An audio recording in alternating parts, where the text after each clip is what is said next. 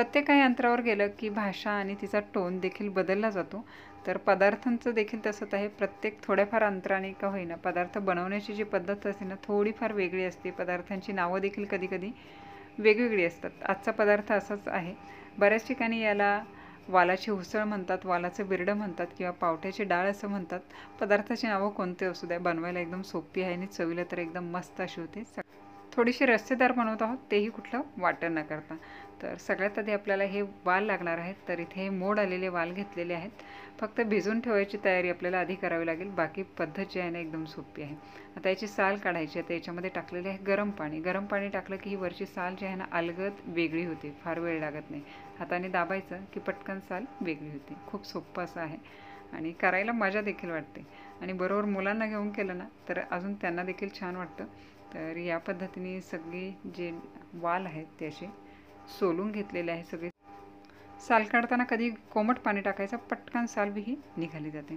आता इकडे कढईमध्ये 2 चमचे तेल गरम करून घेतलेलं आहे। आता याच्यामध्ये सगळ्यात आधी आपल्याला घालायचं आहे फोडणी। तेल गरम झालं की याच्यामध्ये मोहरी आणि जिरेची फोडणी घालायची आहे।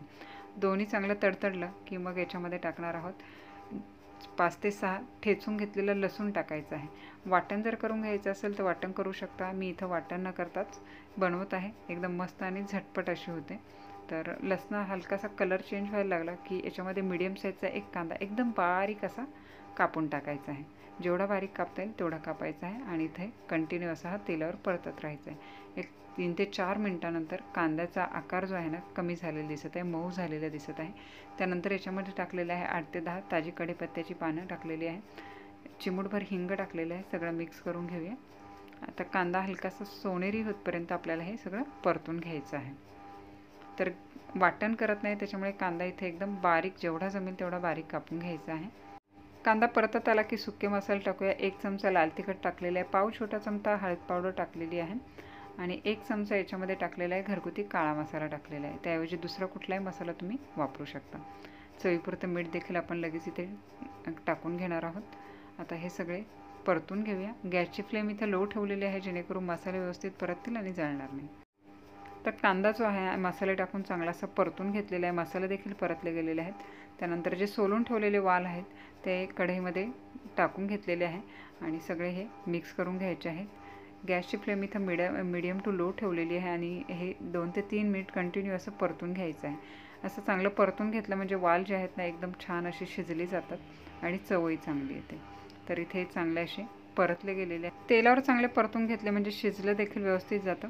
आता याच्यामध्ये परतून झाल्याच्यानंतर गूळ टाकलेला आहे थोडासा आणि एक आमसूल टाकलेला आहे आणि त्यानंतर टाकत आहोत ओलं खोबरं टाकलेलं आहे। मी हे असं खोवून घेतलेलं आहे ते टाकलेलं आहे किंवा मिक्सरला देखील तुम्ही हे वाटून घेऊ शकता। तर आता हे चांगलं असं मिक्स करून घेऊया आणि याच्यामध्ये आपल्याला शिजण्यासाठी टाकायचं आहे पाणी।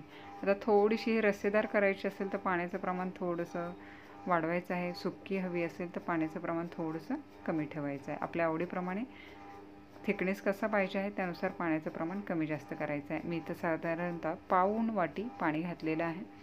दिसायला एकदम मस्त असं दिसत आहे। तर हे मिक्स करूया। झाकण ठेवायचं आहे आणि लो फ्लेमवर एक 8 ते 10 मिनिट चांगलं असे शिजवून घ्यायचं आहे। तर फार काही तयारी न करता मस्त अशी भाजी तयार होते। कुठल्याही वाटण न करता देखील या पद्धतीने बनवून घेतलं तरी चव जी आहे ना एकदम मस्त अशी येते। तर झाकण ठेवलेलं आहे आणि एक 10 ते 15 मिनिट आपण हे शिजवून घेतलेलं आहे। पाणी जवळपास हे बऱ्यापैकी आटलेलं आहे। थोडीशी कोथिंबीर टाकलेली आहे। सगळं मिक्स करून घेऊया। गरज वाटत असेल तर इथं थोडंसं पाण्याचा वापर तुम्ही करू शकता, पण इथे पाणी वापरताना गरम पाणी शक्यतो वापरायचं आहे। त्याच्यामुळे वाल जे आहेत ना चांगले असे शिजले जातात। तर आपलं हे वालाचं बिरडं खाण्यासाठी तयार झालेलं आहे। खायचं म्हटलं तरी चपातीबरोबर, रोटीबरोबर, भाताबरोबर एकदम मस्त अशी चवीला लागतात। त्याचबरोबर टिफिनसाठी देखील आपण ही भाजी अशी बनवून देऊ शकतो। मुलं देखील आवडीने ही भाजी खातील।